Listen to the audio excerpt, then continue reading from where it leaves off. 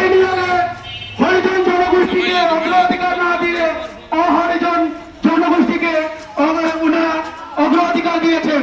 উনারা হাত কঠিন করে আমাদের ছেলে মেয়েদেরকে লিখিত পরীক্ষায় বাতিল করেছেন। আমরা মনে করি যে এই নিয়োগের নিয়ম বাণিজ্য হয়েছে, তা না হলে হরিজনদের চাকরি অহরিজনরা কিভাবে পায়? আজকে এখানে সেনাবাহিনী স্যাররা আছেন, এখানে পুলিশ ভাইরা আছেন, মিডিয়া ভাইরা আছেন। আপনাদের কাছে আমরা একটা বিচার দিতে চাই। আসলে আমরা হরিজন সম্প্রদায়ের মানুষ, আমরা দাঙ্গা প্রসাদ করার মানুষ না, আমরা এই রাজপথে আন্দোলন করার মানুষ না, আমরা ঝাড়ুবাল্টি নিয়ে কাজ করার মানুষ। কিন্তু আমাদের দেওয়ালে পিঠ থেকে গেছে বিধায় আজকে আমরা রাজপথে নেমেছি। তাই আপনারা মিডিয়া পার্সন ভাই এবং সকল প্রশাসন ভাইদেরকে বলবো, আপনাদের কাছে এই বিচার দিচ্ছি, আপনারা এই বিচার করেন। আমাদের বিচার কে করবে?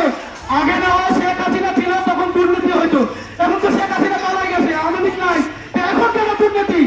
আমরা প্রধান উপদেষ্টা ডক্টর ইউনূস স্যারকে এই বিচার জানাতে চাই আপনার এই ভিডিওদের মাধ্যমে। আমাদের হরিজনদের চাকরি হরিজনদেরকে ফিরে দেওয়া, আপনারা বিচার করেন। কি করে খাবো আমরা?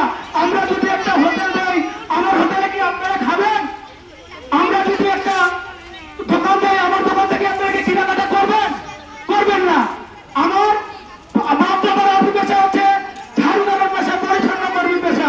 সেই পেশাটা যদি আপনারা করে কেড়ে নেন, তাহলে আমাদের সন্তানরা কি করে খাবে?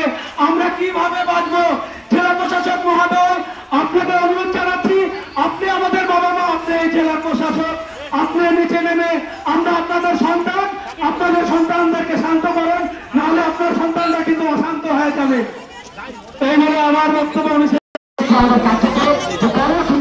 আমরা সিদ্ধান্ত করে আমরা আশা করি আমাদের যে যৌক্তিক দাবি, আমাদের ন্যায় সঙ্গতের দাবি, আমাদের যে গণতান্ত্রিক দাবি, সে দাবির সাথে তিনি একাত্মতা পোষণ করবে, আমাদের দাবি মেনে নেবেন এবং আমাদের দাবি মেনে নিতে আমরা অধিকার আদায় সংগঠন লালমনিরহাট জেলার সভাপতি এবং হরিজন অধিকার আদায় সংগঠনের রংপুর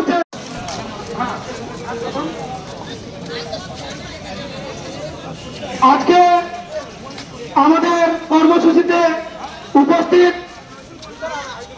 বাংলাদেশ জাগ্রত হরিজন মানব কল্যাণ সংগঠন, যারা বেকার আছে, সুযোগ আছে, তাদেরকে যেন নয় তিনি ঢাকায় যাতে করে দেয়, কিন্তু আমাদের হরিপক্ষকে নিতে হবে, আমাদের চার শিক্ষকদেরকে নিতে হবে।